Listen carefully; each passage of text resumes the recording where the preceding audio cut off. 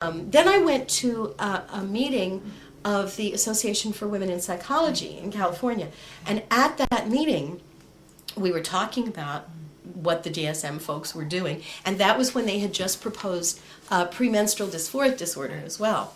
Okay. And so I thought, everybody's saying we ought to do something.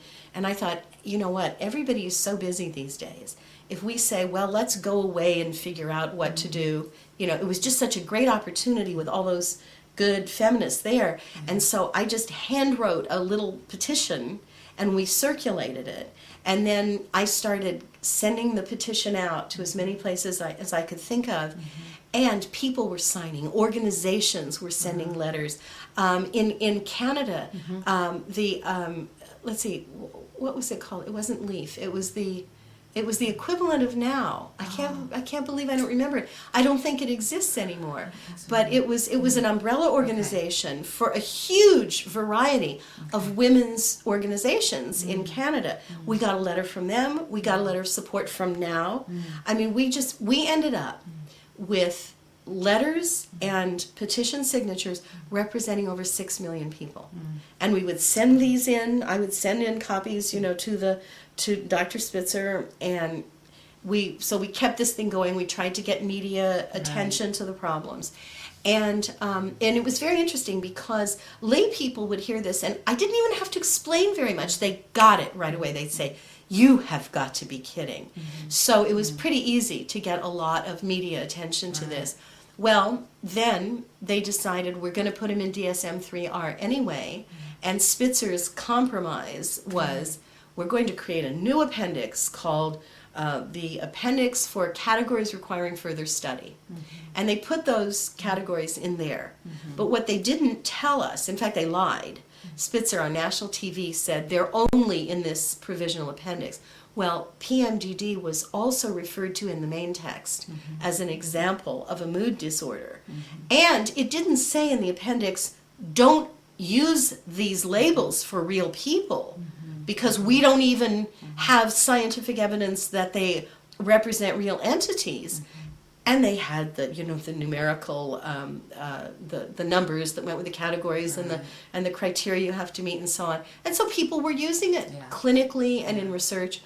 So when the DSM-3R came out, I called Alan Francis, who was going to be head of DSM-4. And I said, I know you've got these provisional categories. I said, I know you're going to be looking at new research as it comes out. So will my graduate students and I. And I wanted to suggest that we'll send you our reviews of the literature, and maybe we can not keep reinventing the wheel and duplicating each other's work. He said, I have a better idea. Why don't you be a consultant or an advisor to those two committees for us?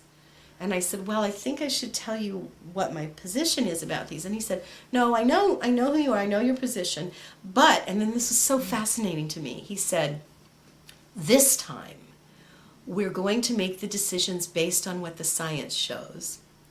And this time we want to have an open and honest debate from all perspectives. And I thought, that sounds great. I grew up in Springfield, Missouri. Authorities are our friends, and I wanted to believe him. I thought, well, good, he sees the problems, he wants to fix them. I'd like to be part of that.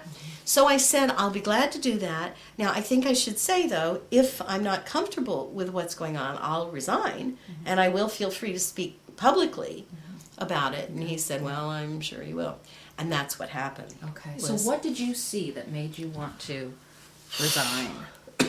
Well, what do they do with the scientific research? When it's bad scientific research, they will distort it or lie about it in order to make it look like it supports whatever they want to do. When it's good scientific research, I've never seen any good scientific research that supports what they wanted to do with those categories, and so they would ignore it. There was one brilliant study, especially of PMDD, that came as close as you can to proving that there is no such thing. It was just beautifully done.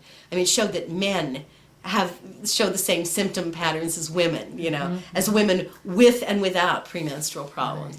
And now, that should have done it for them. They should have said, okay, we cannot in good conscience keep this in the book. Well, they did. It's in DSM-4, and not only that, but it's listed under depressive disorders in the main text as well. So I saw that there isn't good science in there, that they will go to any lengths to use and misuse science just to do what they want to do, and and that the decisions are made so largely either arbitrarily or based on politics and power and territory. I was really horrified by that. Wow.